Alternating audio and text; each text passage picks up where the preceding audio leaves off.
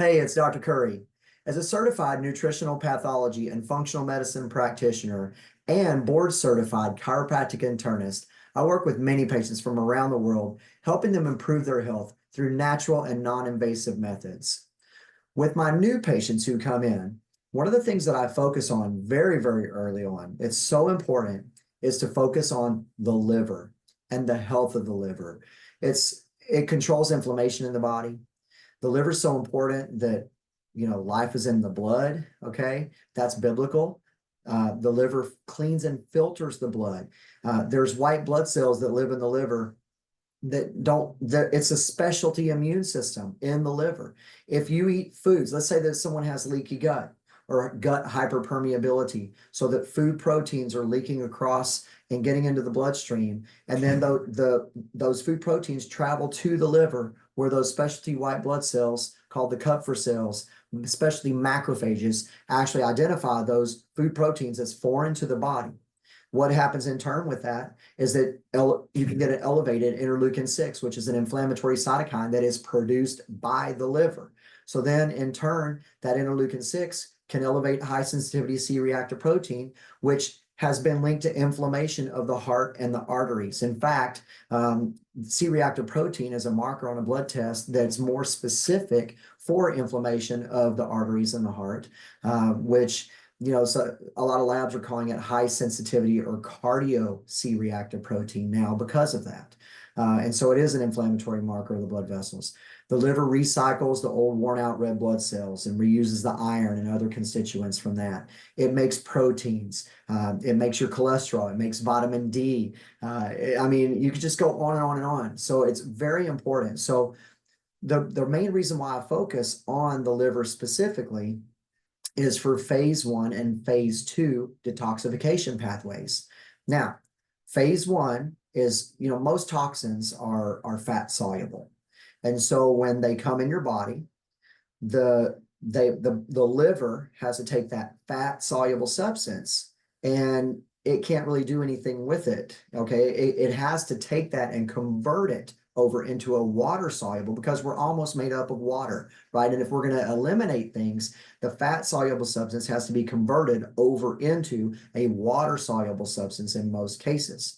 So that's what phase 1 liver detoxification is you get this toxic element that comes into the body.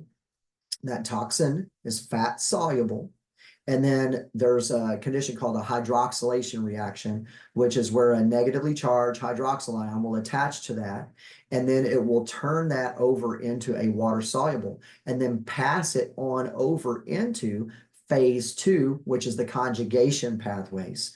Now, it's interesting because phase 2 requires nutrients, just like phase 1 does, to work adequately. Glutathione is one of them. Sulfur is one of them. There are others as well. But you have to have those nutrients there to be able to do proper phase 2. Some of the most common nutrients for phase 1 are magnesium and B6, also NADPH. So that could be a big one as well. But so you need these cofactors.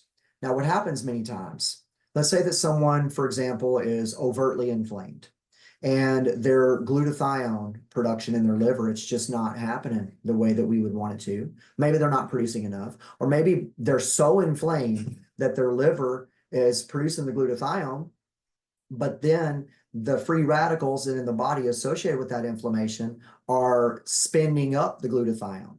Okay, so the glutathione is possibly being made by the liver, but then it's getting used up. Okay, so from that standpoint, if your glutathione levels are low because it's getting spent up, then you don't have as much antioxidant protection as you would like. And then that leads forward into more free radical damage. But then also in turn, that can keep phase 2 pathways, the conjugation pathways, from going through and moving out through the feces, the urine, sweating, breathing. We eliminate toxins in a lot of different ways, but we have to try to get them out of our system. Okay.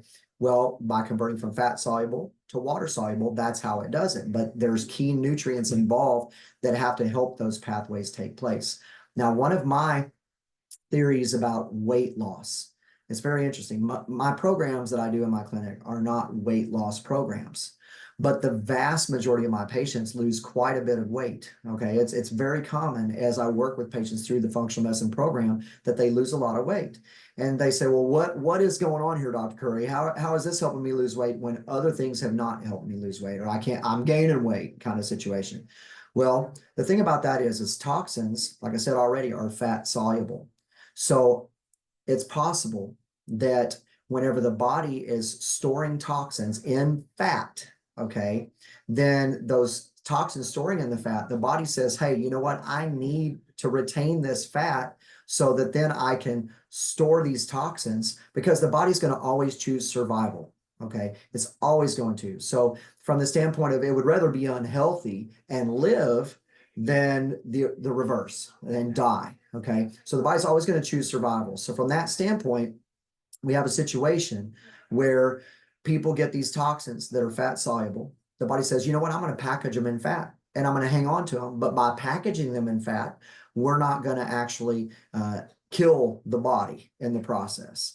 And so that's where inflammation comes in. It's where pain comes in, joint pain, brain fog, all kinds of different situations that are inflammatory driven, but it's because of the retention of fat. And so whenever I work with patients and get them on the right path, helping their liver go through phase 1 and phase 2 detoxification pathways much, much better than what it was able to before they started working with me. Next thing you know, they start losing weight. And it's always exciting because that's a big deal for a lot of people. I mean, some people couldn't care less about it, but you know what? Adipocytes, which are fat cells, are their own endocrine producers. They produce hormones. Fat cells produce hormones. And so, insulin resistance, I work with a lot of patients who have insulin resistance, which is also estrogen dominance. When you start seeing the insulin levels creep up in the bloodstream, then that tells you that that person is actually going into hibernation. Their body is going into hibernation, which is making them store fat. And so there's just so much to this, and I really enjoy it. And I hope that you learned something from this. If you like this video, please give me a thumbs up, like, and subscribe, and be looking for more great content coming soon.